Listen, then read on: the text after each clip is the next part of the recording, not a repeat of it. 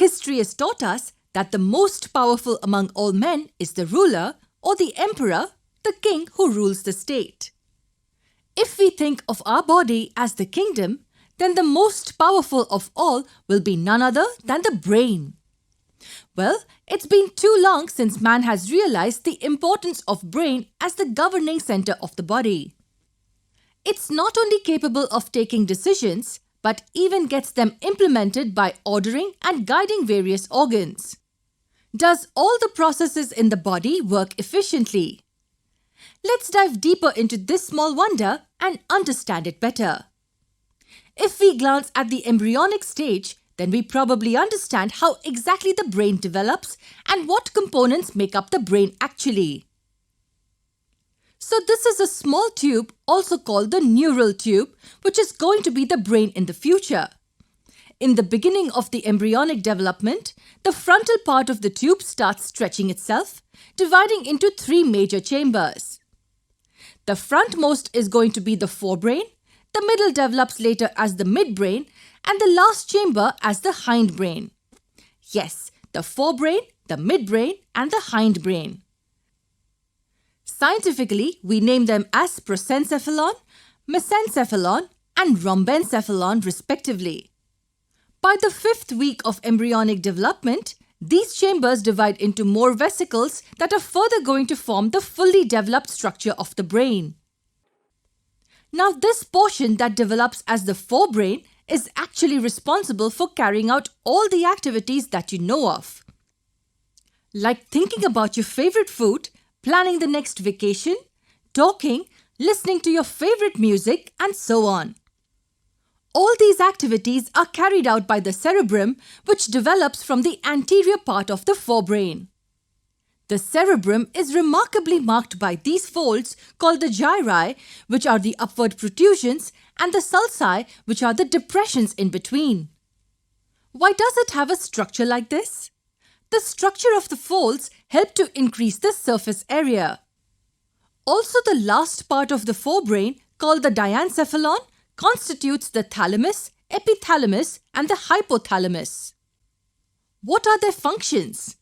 Thalamus is responsible for relaying many sensory and motor signals, along with regulating important activities like consciousness, sleep, and alertness.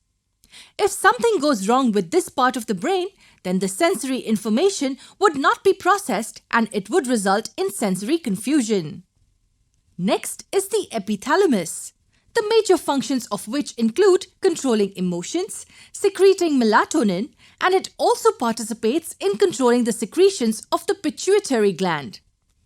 Lastly, let's talk about the hypothalamus, which is the connecting bridge between the nervous system and the hormonal system. It does so with the help of the pituitary gland placed just below it. Not only this, but the hypothalamus is also responsible for controlling behavioral patterns, hunger, thirst, body temperature, and fatigue. After the forebrain comes the midbrain. This region is responsible for higher level activities like sudden reflexes. So for example, when you just hear your name unexpectedly from behind, you turn immediately. It's your midbrain that indicates you to do so.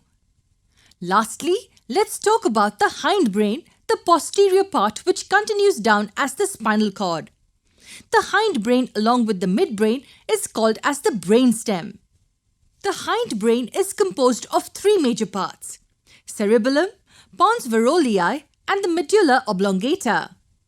Among these, the cerebellum, which is also called the little brain, is responsible for major activities like maintaining the balanced state of the body, maintaining body posture, and most importantly, the body's equilibrium. Then comes the pons varolii, which consists of fibers that help in interconnecting the various areas of the brain. Lastly, we have the medulla oblongata, which contains various centers. These include the cardiac, vasomotor, respiratory center, etc. Thus, the medulla oblongata is responsible for controlling the autonomic activities like heart rate, blood pressure, breathing, release of gastric secretions, and so on. Getting back to the structure of the entire brain, We find that the cerebrum, which covers almost the entire surface, appears to be like two walnut-shaped hemispheres joined together. Now these two hemispheres are basically divided by this fissure. A fissure is nothing but a split which divides two regions. But wait, if the two are separate hemispheres, then how do they talk to each other? Well, the communication is brought about by a bridge made up of myelinated axons and fibers. This strip of fibers is called the corpus callosum. Now just imagine that there is one particular signal that reaches the brain.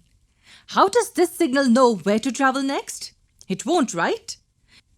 To fix this problem, the brain itself has designated a strategy. It has divided the structure of the cerebrum into different lobes. So what are these lobes? That's what we will cover in the next part of this video.